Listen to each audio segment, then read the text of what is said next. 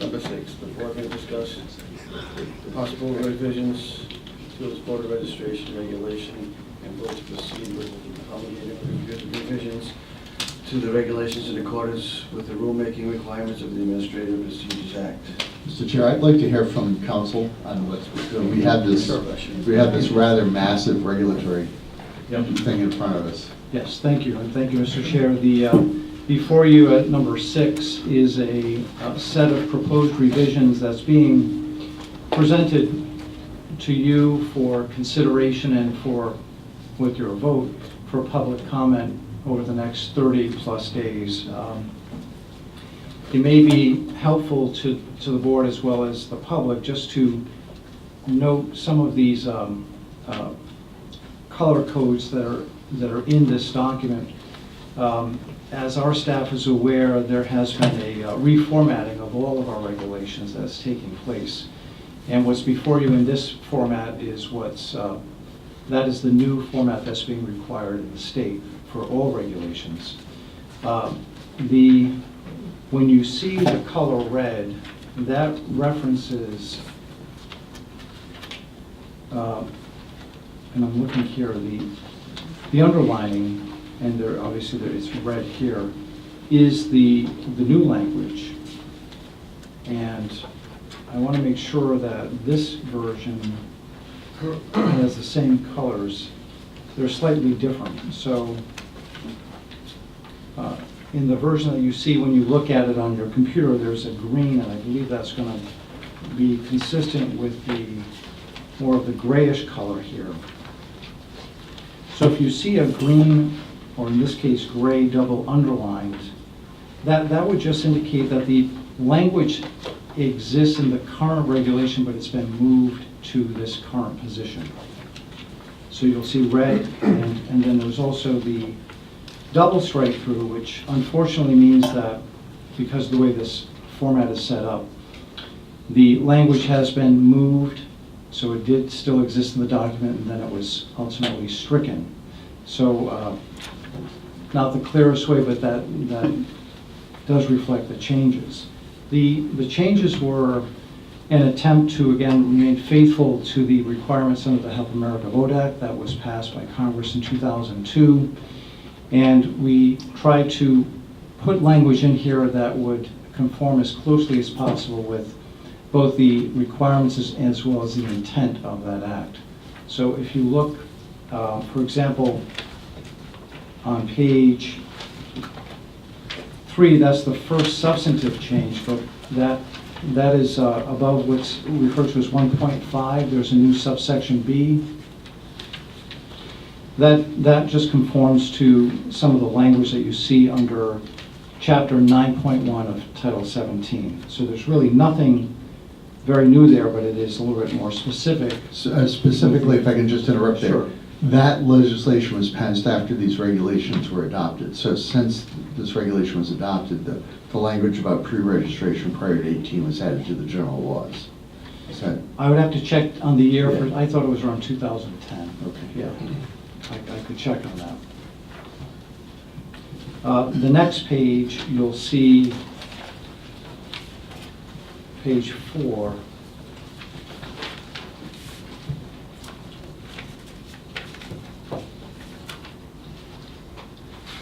These changes would apply to everyone who is submitting a registration for the first time, whether it's in person or by mail. And it requires the person who's registering to and who has been issued either a valid driver's license or a social security number or a Rhode Island state ID to use it in the form that is required. The following page, you can see that at the very top, if that person has not been issued one of those 3 forms of identification, that person will be instructed to note that on the form stating he has not been provided that information, does not have that information, and it that person shall be assigned a unique identification number. It's interesting that under HAVA, For those people who appear in person, for example, and don't have either of those two, and under our state, 3 forms of identification, they're immediately provided a unique identification number. There is no matching process whatsoever that takes place. So you get that number as soon as you make that statement, so long as it's an accurate statement. And I think that's noteworthy because after HAVA was passed in 2003, there were lawsuits that were filed noting that some regulations that states were putting out had too many barriers with respect to the registration process. And some states were requiring basically that the information be matched before the person could finish the registration process. And if there were inconsistencies with the information, states were requiring the applicant to correct that. So the cases note that the fact that people can go in person, and once they make that statement that they do not have that information, they're provided a unique identifier, shows that the Congressional Act really didn't intend to make matching a precondition for the obtaining of a registration. So if I could interrupt, that basically says this isn't a voter ID, HAVA wasn't voter ID. HAVA was about creating unique identifiers for a voting list Right. statewide. That's right. There's another layer when you get into people who register by mail.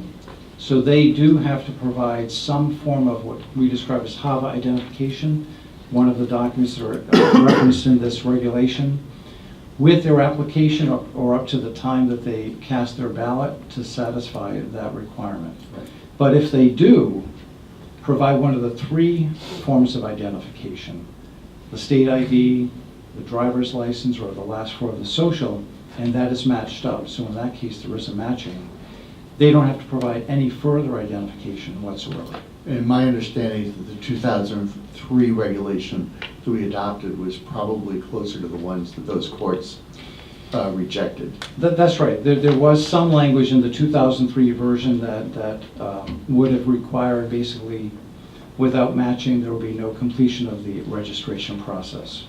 So we couldn't just go back to 2003. You could adopt... We'd probably get sued right away. Well, you could adopt portions of the 2003 regulation, but you'd have to stay away from the no match, no vote language that is in limited places in that regulation. So it's fair to say that with respect to this section, what we're doing is we're making it easier to register to vote because we're removing effectively a barrier that otherwise might have been there. Well, I think that, yes, I think when you say barrier, I don't believe that the current regulation that we have has any barriers as Right. well. And- But we wouldn't want to- So therefore, the current reg, the 08 reg, probably is closer to this than the 03 reg. So, In some ways, Yeah. it is, yes, yep. Okay. So so we would not want to impose additional barriers because HAVA would be violated. Right. And May I have a question? Sure. I read the proposed regulations over here. I think one of the main hallmarks of our legislation is to require that only American citizens and citizens of the state register to vote. So I didn't see any reference in this document that a person who's registered to vote must produce a birth certificate or naturalization certificate. There is They can not. They can produce a passport, but they don't have to produce a birth certificate or naturalization certificate to prove citizenship. So I can ask you a question, why not? It is, so long as you attest and certify that you are a citizen, that is considered sufficient because you're doing so under the pains and penalties of perjury. and as I understand it, those states that have attempted to try proof of citizenship requirements have met a sad fate in federal court. That we're not in the business of making everybody prove they're a citizen. People make that affirmation, and that's the way it should be. That's the way it is. And probably that's what's required constitutionally. What is the validation of a person's citizenship? What is the How do valid? you validate a person's citizenship? other than that person saying, I'm a citizen, I swear to. That's it. There are some people who Yeah. say they don't care, they're gonna say they're a citizen and they're not. That's So right. how Well- do you weed those people out? Again, the document itself makes very clear that if you're stating something that is untrue, you could be subject to a criminal charge. And much in the same way that we do that with filing of IRS reports, there is, the penalty would be if you're stating something that is untrue. But there is no documentation that's required that you have to present to verify your citizenship. Is there a follow-up to verify the citizenship at some point? Is there some sort of audit, has somebody to verify your American? Not to my knowledge. Mr. Chair, I have the same, I'll ask the same question. When a person raises his hand, he's in court or here or whatever, and he says that, you have to take his word that he is, because in fact, if you go into court and you do that, and you found that you told a tale, you're in trouble, right? So I don't understand why you would have to come up with a birth certificate and everything else just to prove that you're a citizen of this country. Well, one must produce a birth certificate to get a driver's license, is that correct? To get a driver's license, not to my knowledge. I know. But I, A passport? No, not everybody has a passport. Yeah. Those who The- want a passport. Yeah. must produce it. and I know that you mentioned the reference to a passport. That's not mandatory, obviously. That's one of the form of HAVA IDs that can be provided. That's right. I'm just curious why, what's the philosophical basis of this? That I requires imagine that they don't, I imagine that the state and Congress is trying to make sure that we're not imposing unnecessary barriers to the process of registering to vote. We have the Voting Rights Act, so that's also going to be read into whatever kind of regulation that we pass. I just didn't interrupt you, but I lived the country quite a few times, and I have to come up with a birth certificate, get a passport. I didn't have to do that. But I would imagine there's some places, in the state that you might need the birth certificate for whatever reason. For example, you would need your birth certificate if you were going to get married or something like that, I would assume. But I don't see where, I see that we shouldn't be making it more difficult for people to go to voting polls. We should make it easiest as possible, and those that go to the polls and create a problem for themselves by lying, I think, we should find them, weed them out, and do it. But to a whole group of people to say, well, we're going to straighten this out, and this is how we're going to do it, which makes it more difficult for them to go to vote. I don't see that. I want to make sure that everyone in this country gets a real opportunity to go to polls and vote, because that's what this country's all about. Mr. Chair, if I, Yes. let me just, Your Honor.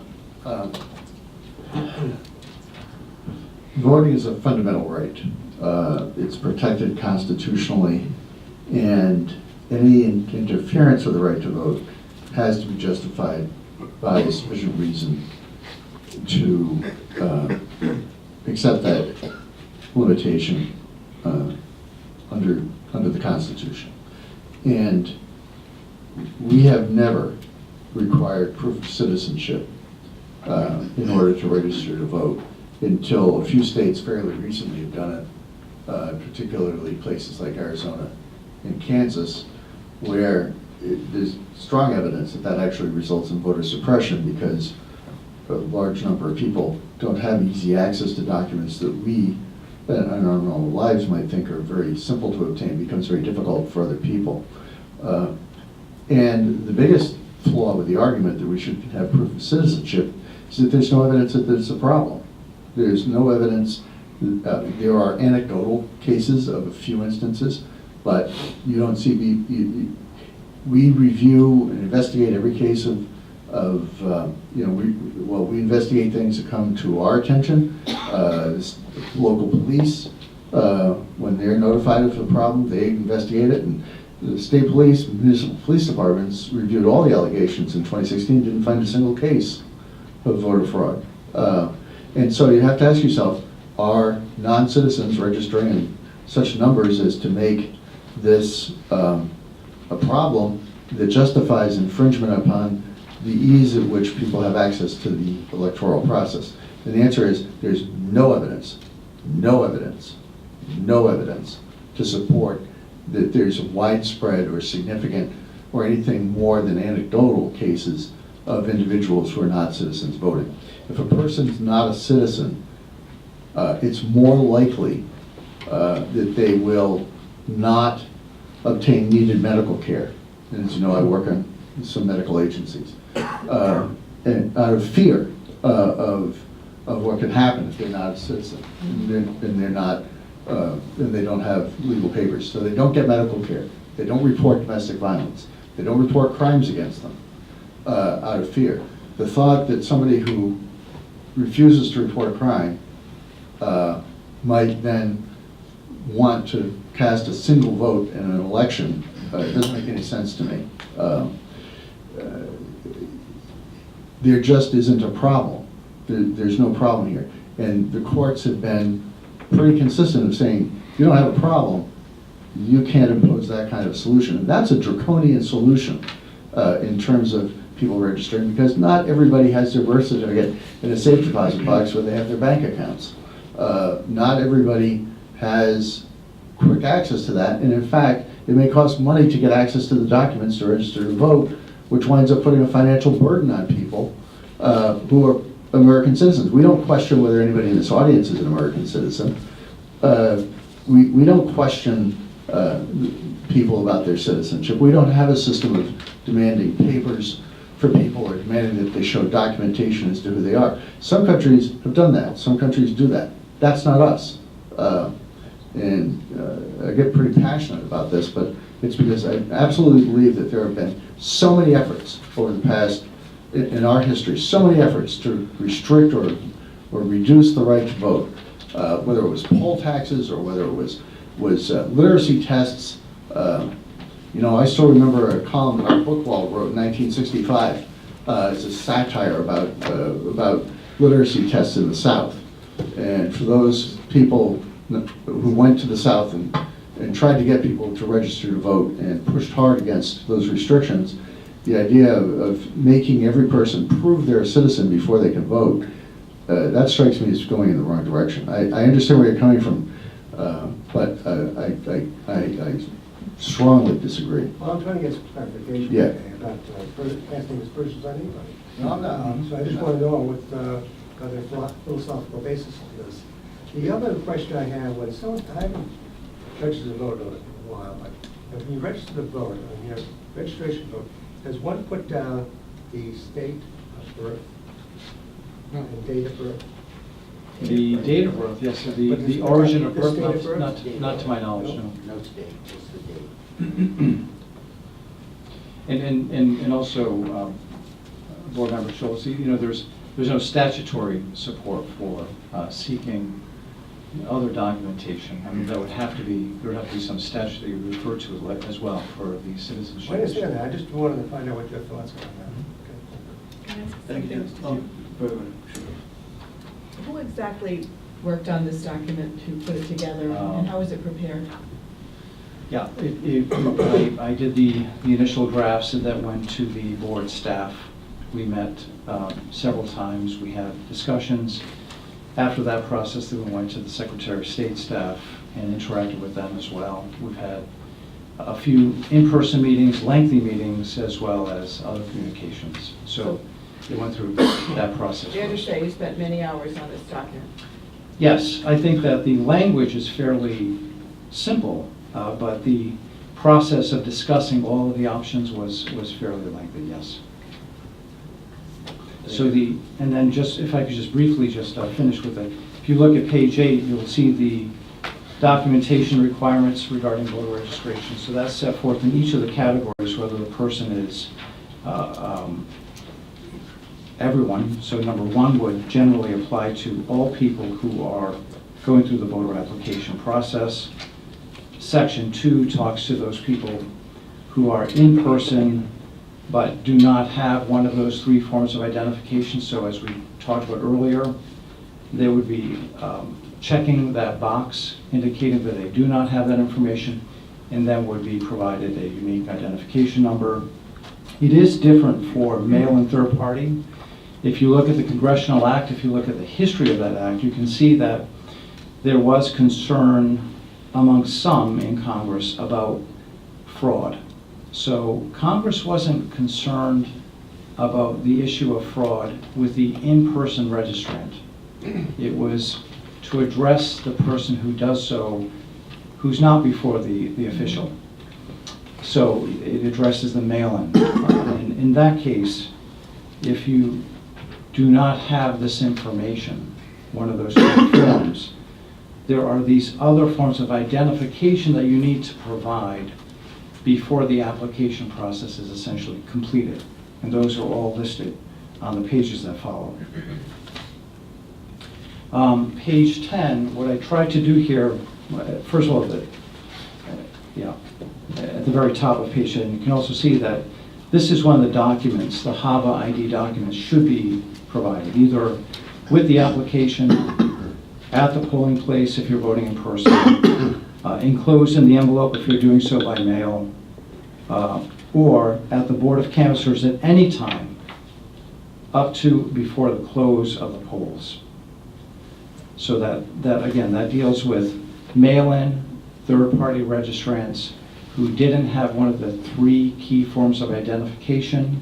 When they did the application, they need to provide these forms of HAVA ID to complete that process, and then they shall be provided a regular ballot that shall be counted.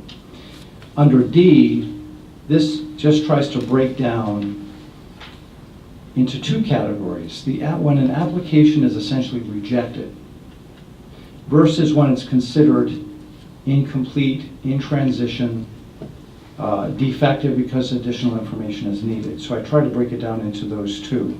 So there's just very few categories where the application is actually rejected. Those are set forth in A and B. Likewise, the boards need to provide immediate notice when that does occur so that the applicant is aware of it and hopefully can rectify that situation. All of the other forms of information that's needed, that's set forth in section 2 and addresses each of the instances for people who haven't provided information and still need to have information matched. So that's the other major category in the revisions. The other sections are essentially unchanged. So my proposal is that the board votes to have this matter, to have this draft sent out for public comment, and then after receiving that public comment, reconvene for the purposes of addressing any concerns that the public may express. Thank you, sir. Thank you. I would so move. I second that. Motion on the floor and seconded to send the draft out for public comment. All those in favor? Aye. Aye. All those opposed? The ayes have it. Good job. Thank you, Ed. Massive effort. Yes. Appreciate it. Really? Thank you so much. Yeah, the staff was very helpful with this. As was the secretary's office. They're still here, yes.